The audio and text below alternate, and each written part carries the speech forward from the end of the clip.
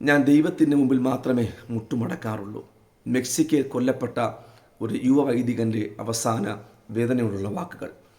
തന്നെ ആക്രമിക്കാനെത്തിയ 10 അംഗ സംഘത്തോട് മ്യാൻമാറിലെ ഇടവക വികാരിയായ ഡൊണാൾഡ് മാർട്ടിൻ ഏൺസിംഗ് തികഞ്ഞ ശാന്തതയോടുകൂടെ ഇപ്രകാരം പറഞ്ഞു: ഞാൻ ദൈവത്തിൻ്റെ മുമ്പിൽ മാത്രമേ മുട്ടുമടക്കാറുള്ളൂ. ഇത് പുറത്തു തന്നെ കൊല്ലുവാൻ പിടിച്ചുകൊണ്ട് പോകുമ്പോൾ ദൃസാക്ഷികളായ സ്ത്രീകൾ പുറത്തു പറഞ്ഞ വാക്കുകളാണ് ഈ വാക്ക്. ഇങ്ങനെ പറഞ്ഞിരിക്കുന്നു: താൻ കൊല്ലപ്പെട്ട ഒരു കുഞ്ഞാടിനെ പോലെ പ്രതികരിക്കാതെ അവർ താൻ മരണത്തെ സ്വീകരിച്ചു എന്ന. ഞാൻ ചോദിക്കട്ടെ, ഒരുപക്ഷെ ഇന്ന് ആ യുവവൈദികന് ഈ ഭൂമി ജീവിക്കാൻ പറ്റുമായിരുന്നു. ഈ അക്രമികളുടെ മുമ്പിൽ കൊല്ലുവാൻ വാളും കുന്തവും കത്തിയുമായി വന്ന ഈ പടയാളുടെ മുമ്പിൽ ഒന്ന് മുട്ടുമടക്കിയിരുന്നു എങ്കിൽ തനിക്കിന്നും ഈ ഉലകത്ത് ജീവിക്കാമായിരുന്നു. പക്ഷേ താൻ അതൊന്നും വില കൊടുത്തില്ല. താൻ ഒന്നും അതിന് ഏൽപ്പിച്ചു കൊടുത്തില്ല. താൻ അവിടെ മുമ്പിൽ തൻ്റെ പ്രാണനേക്കാൾ ക്രിസ്തുവിലുള്ള തികഞ്ഞ സ്നേഹം വലുത് എന്ന് ഈ യുവവൈദികന് തോന്നി. ഞാൻ പറഞ്ഞില്ലേ, ഒത്തിരി പ്രായമൊന്നുമില്ലാത്ത വൈദികനാണ്.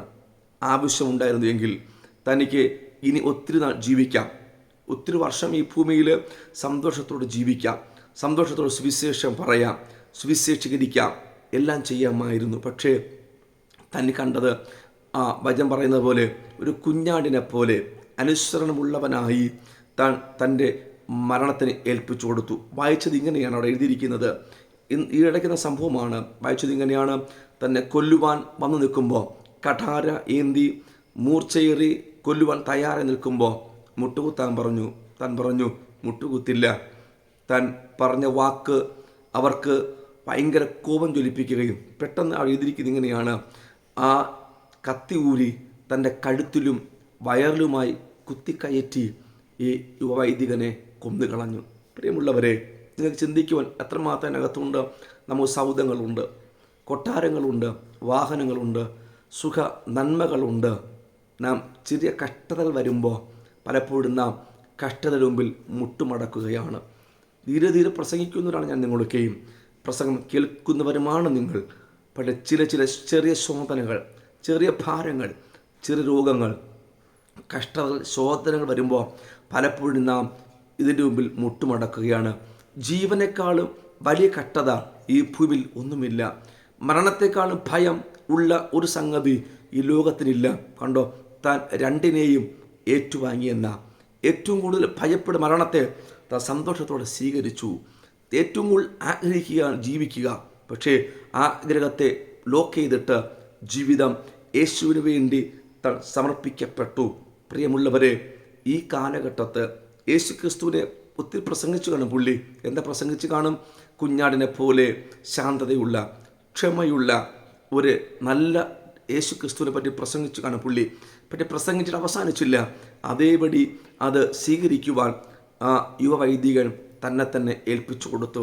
ഒരുപക്ഷെ ആ കൊല്ലുവാൻ കഠാരയേന്തി, വാളുമേന്തി, കുന്തമേന്തി മുമ്പിൽ നിൽക്കുമ്പോൾ ഒരുപക്ഷെ തനിക്ക് പ്രിയപ്പെട്ടവരെ ഓർക്കാം, തൻ്റെ അപ്പനെ നോക്കാം, അമ്മയെ ഓർക്കാം, സഹോദരങ്ങളെ ഓർക്കാം, വാത്സല്യ കൂടെ എല്ലാവരും ഓർത്തിട്ട് ഇല്ല, അവർക്ക് വേണ്ടി ഞാൻ മുട്ടുമടക്കി എൻ്റെ ജീവിതം വീണ്ടും തുടർമാനം ഈ ഭൂമിയിൽ കൊണ്ടുപോകാമെന്ന് ഈ യുവവൈദികന് ചിന്തിക്കാമായിരുന്നു. പക്ഷേ അപ്പനെ ഓർത്തില്ല, അമ്മയോ സഹോദരങ്ങളെയോ പ്രിയപ്പെട്ട ആരെയും ഓർക്കാതെ തന്നെ മരണത്തെ സന്തോഷത്തോടെ ഏറ്റുവാങ്ങിയ നിമിഷങ്ങൾ. ഞാൻ ചോദിക്കട്ടെ, ആരവിടെ പരാജയപ്പെട്ടത്? ഈ വൈദികനാണോ? അല്ല. അവിടെ പരാജയപ്പെട്ടത് തന്നെ കൊല്ലുവാൻ വാളും കുന്തവും ഏന്തി നിന്ന ഈ പടയാളികൾ പരാജയപ്പെട്ടു പോയി. പക്ഷേ ഞാൻ പറയുന്നു, ഈ വൈദികൻ അവിടെ പരാജയപ്പെടുകയല്ല ചെയ്തത്. ഈ വൈദികൻ അവിടെ ജയിക്കുകയാണ് ചെയ്തത്.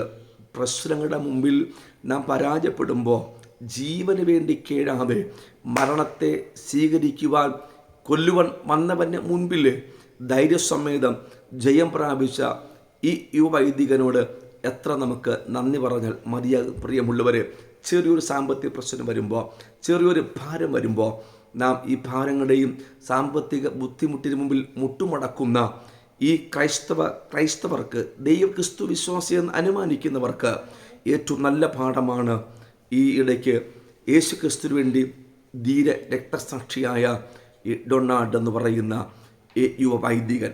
പ്രിയമുള്ളവരെ, ഞാൻ നിങ്ങളോട് പറയട്ടെ, ഇതുപോലെ വിശ്വാസത്തോടുകൂടെ, പ്രത്യാശയോടുകൂടെ, ധൈര്യസമേതം ക്രിസ്തു വേണ്ടി താൻ മരിച്ചത് ഒരു രാഷ്ട്രീയ പാർട്ടിക്ക് വേണ്ടിയല്ല, താൻ മരിച്ചത് ഒരു സംഘടനയ്ക്കല്ല, താൻ മരിച്ചത് ഒരു മത നേതാവിന് വേണ്ടിയല്ല, താൻ മരിച്ചത് ഒരു തത്വസംഹിതയ്ക്ക് വേണ്ടിയല്ല, താൻ മരിച്ചത് യേശു ക്രിസ്തുവിന് വേണ്ടി താൻ ധീര രക്തസാക്ഷിയായി തീർന്നു.